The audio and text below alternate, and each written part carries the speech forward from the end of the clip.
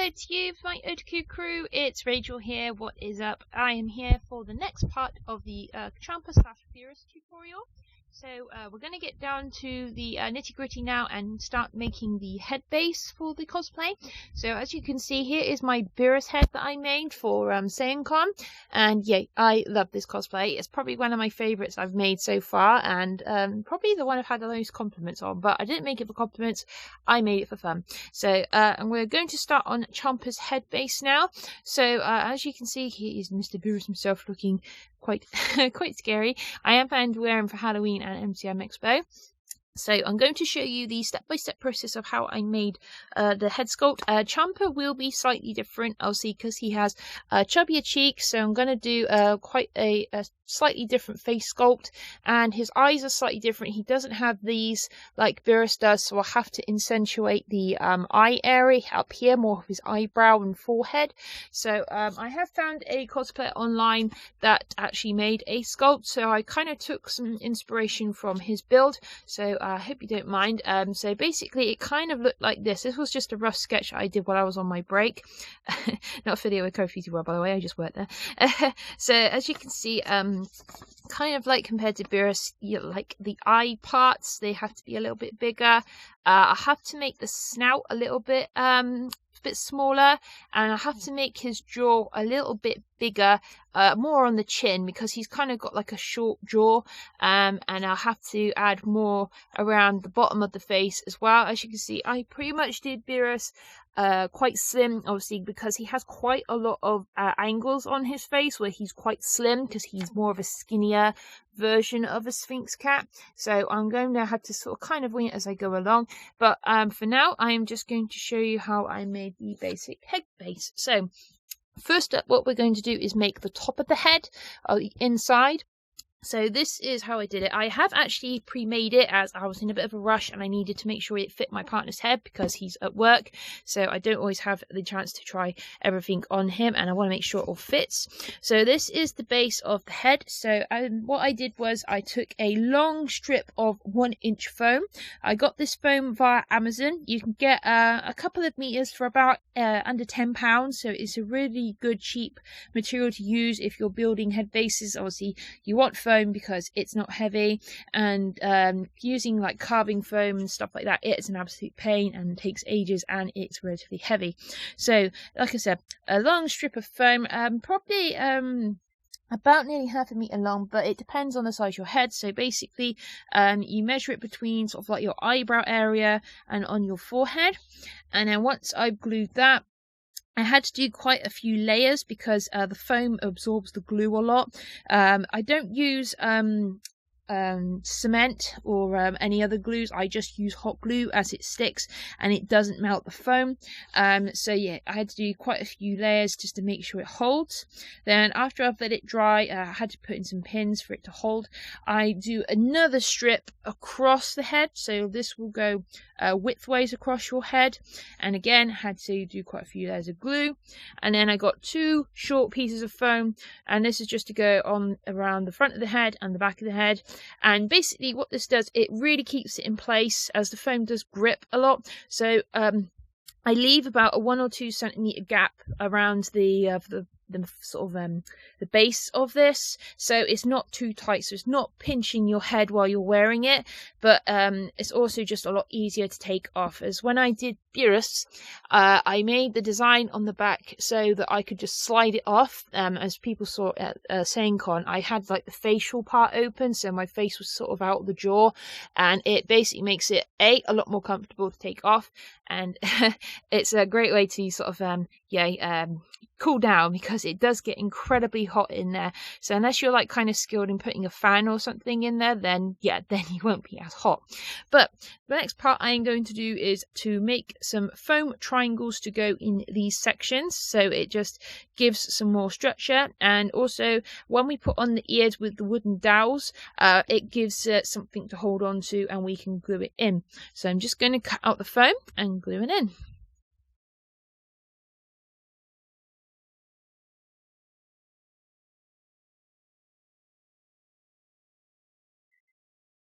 Okay, so once you've let all the glue dry, it will look something like this.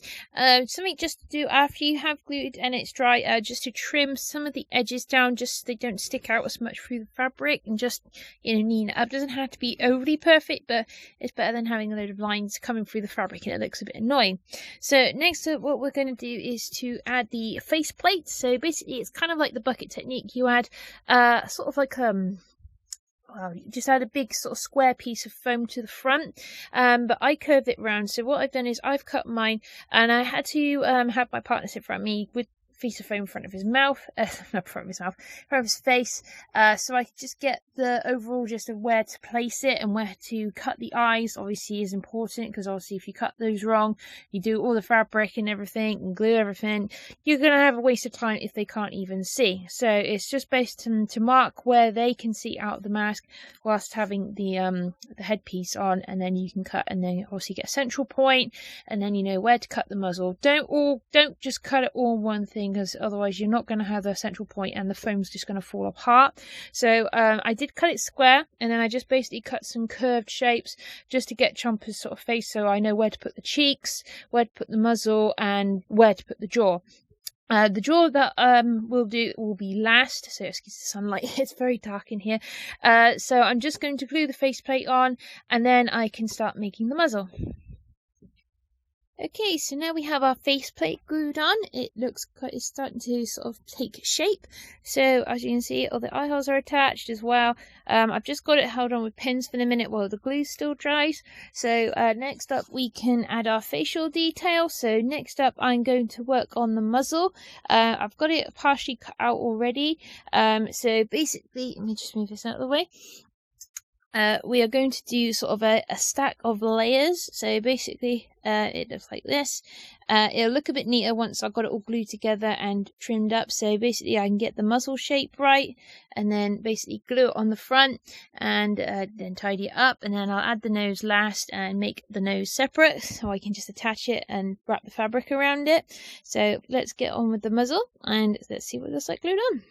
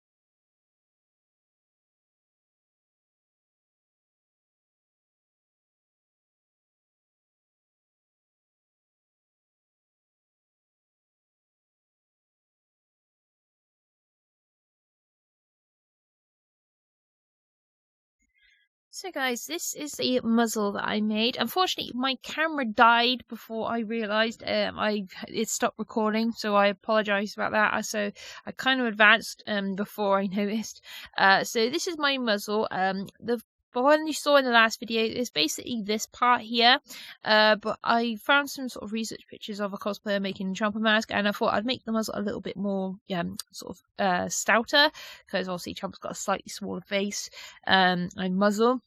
So basically I added some extra foam on the top, because he's got quite a sort of fattish face, so he's got quite a lot more, I don't know, cheek area here. So I want it to kind of flow into when I make the cheek parts. So I've added these parts obviously here for like his muzzle area. So similar to like what I did on Virus up there, looking derpy as always. So when I cover the fabric, it'll look a lot better.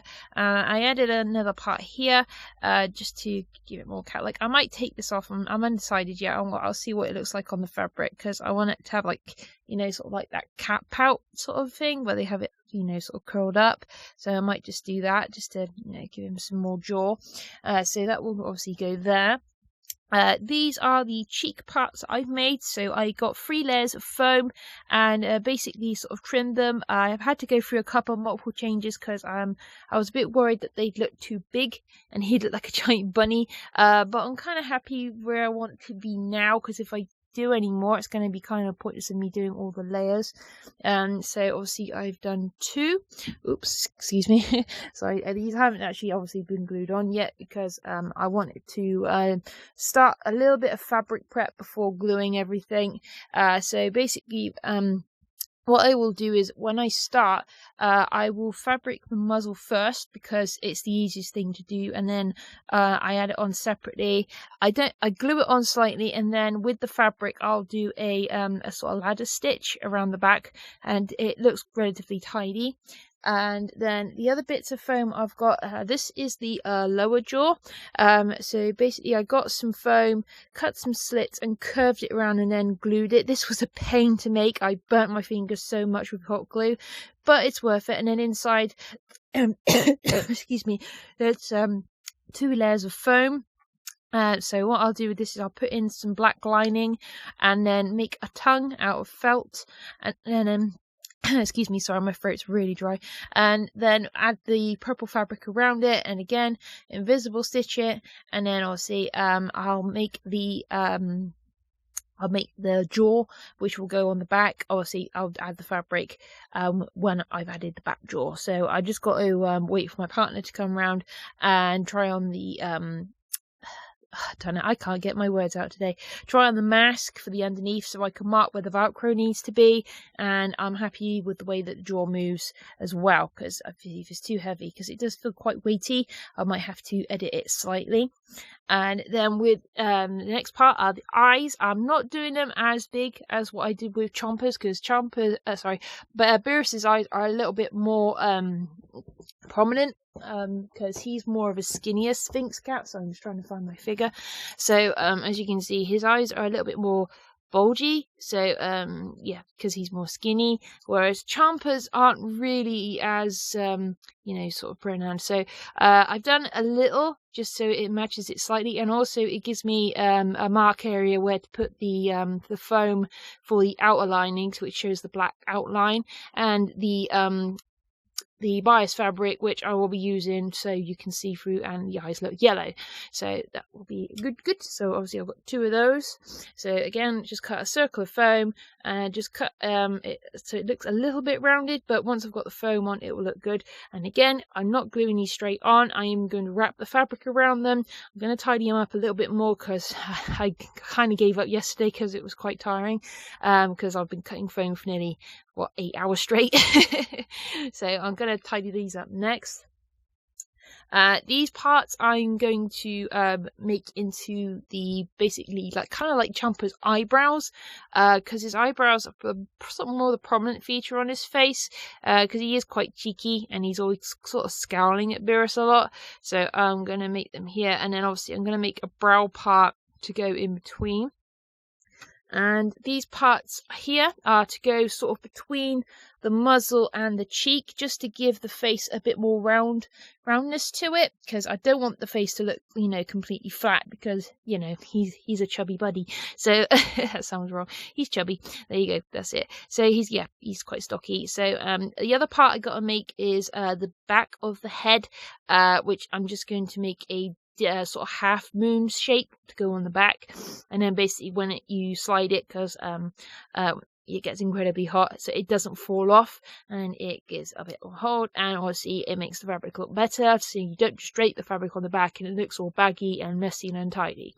So next thing I'm going to do tomorrow morning, because it's quite late now, is start adding the fabric to the muzzle and the eyes, and then we will start adding the rest of the facial details. So stick around. Alright guys, so just an update on what I'm doing. I have been a bit busy as I'm a little bit limited on time, so I forgot to video some stuff. So this is the finalised head that I've done. Me and my fiance went over it and decided to make some changes. So I've changed the cheeks. Adam mentioned to change the cheeks slightly to a teardrop sort of pear shape, to make the face flow a little bit better. And I've made some rounded eyebrows literally just by curving some fabric and gluing it in place.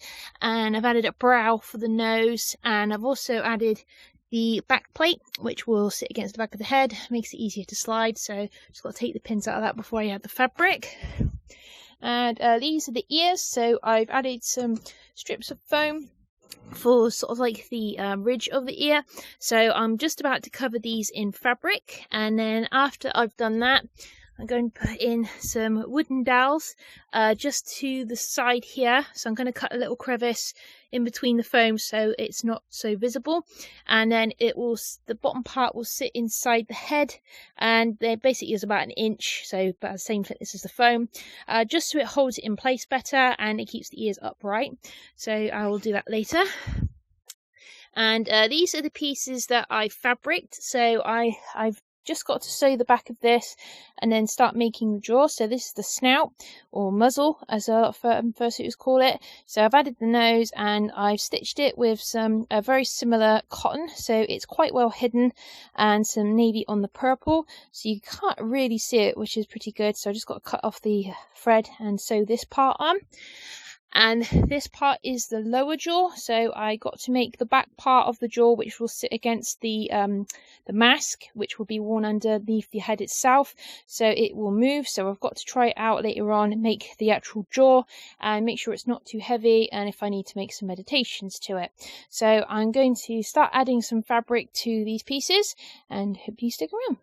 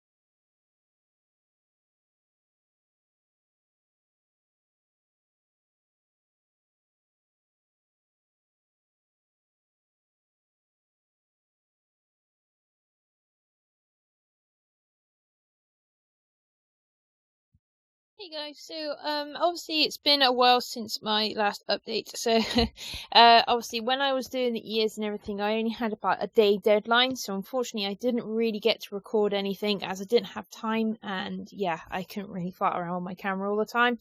So this is the finished Champa head, so I am quite pleased with it. I had some really good comments about it, so obviously the only things I didn't video were doing the jaw.